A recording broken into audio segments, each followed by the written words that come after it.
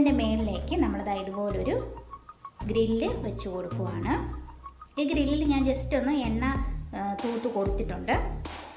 ഞാൻ ഗ്രില്ല് നന്നായിട്ട് ചൂടാകുമ്പോൾ അതിലേക്ക് നമ്മൾ ഈ പുരട്ടി വെച്ചിരിക്കുന്ന ചിക്കൻ വെച്ച് കൊടുക്കുവാണ്. അപ്പം 3 മണിക്കൂർ കഴിഞ്ഞിട്ടുണ്ട്. ഇതാ ഓരോ പീസായിട്ട് നമുക്കിതുപോലെ വെച്ച് കൊടുക്കാം.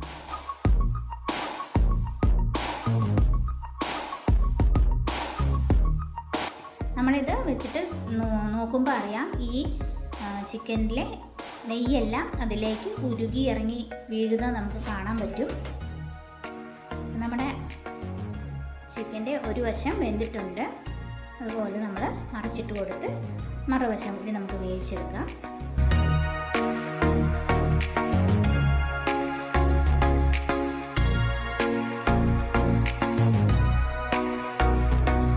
നമ്മളിത് വെച്ചിട്ട് വേറെങ്ങും പോകാൻ പാടില്ല. ഇതിൻ്റെ കൂടെ